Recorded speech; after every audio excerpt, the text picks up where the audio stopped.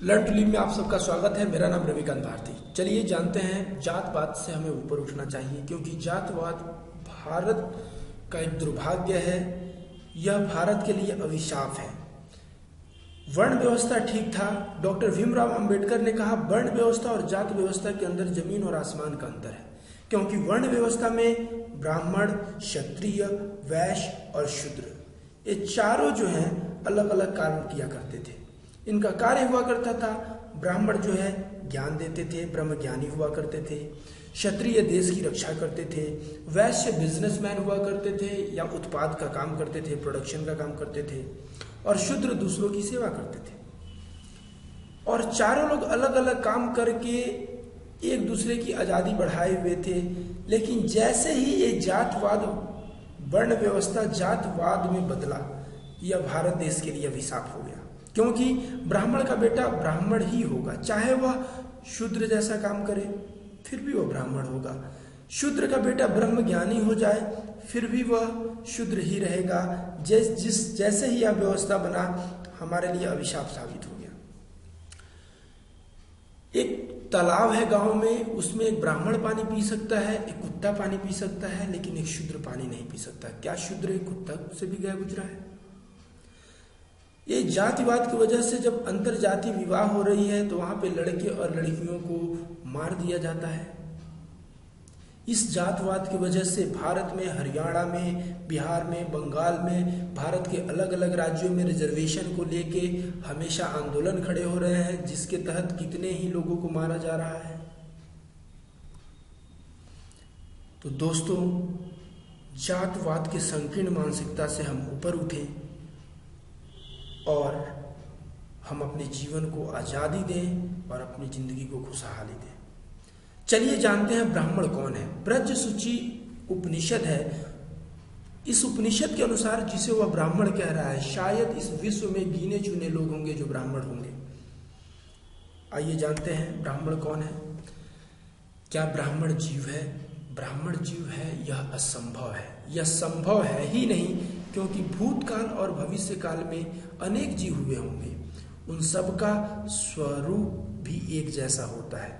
जीव एक होने पर भी अपने अपने कर्मों के अनुसार उनका जन्म होता है और समस्त शरीरों में जीवों में एकत्व रहता है। इसलिए केवल जीव को हम ब्राह्मण नहीं कह सकते। ब्राह्मण कौन है? क्या शरीर ब्राह्मण है?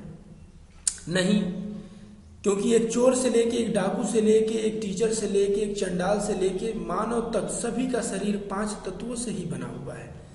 तो हम शरीर के आधार पर किसी को ब्राह्मण नहीं कह सकते। जिसके पास ज्ञान है, क्या वह ब्राह्मण है? नहीं, ऐसा भी नहीं है, क्योंकि राजा जनक भी ज्ञान को उपलब्ध हुए थे परमार्थ दर्शन से, लेकिन वह क्षत्रिय ही रहे, उनको ब्राह्मण का दर्जा नहीं मिला।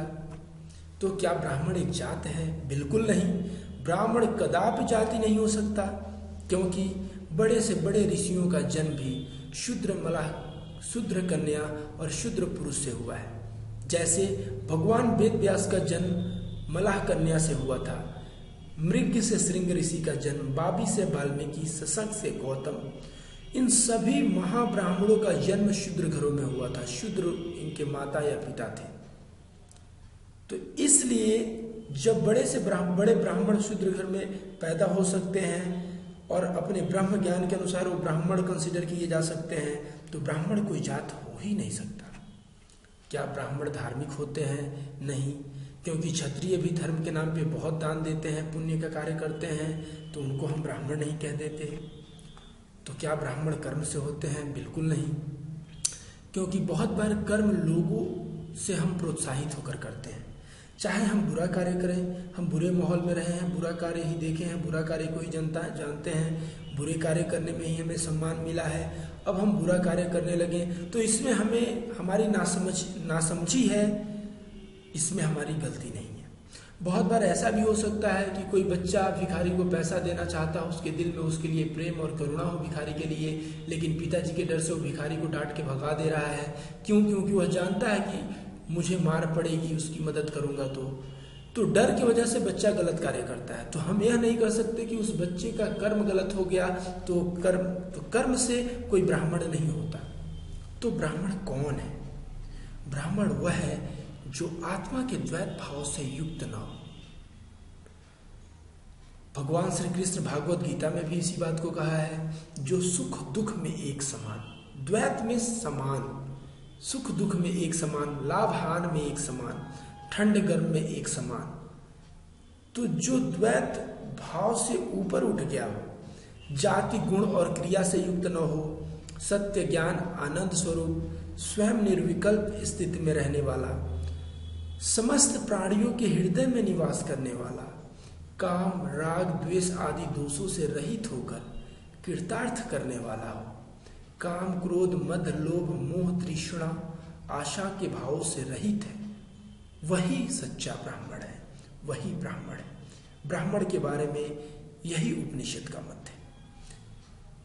तो जब हम समझ रहे हैं कि आज की डेट में इस पैरामीटर के अनुसार कोई ब्राह्मण नहीं हो सकता, तो हम इस झूठे जात पात में क्यों फंसे हुए हैं।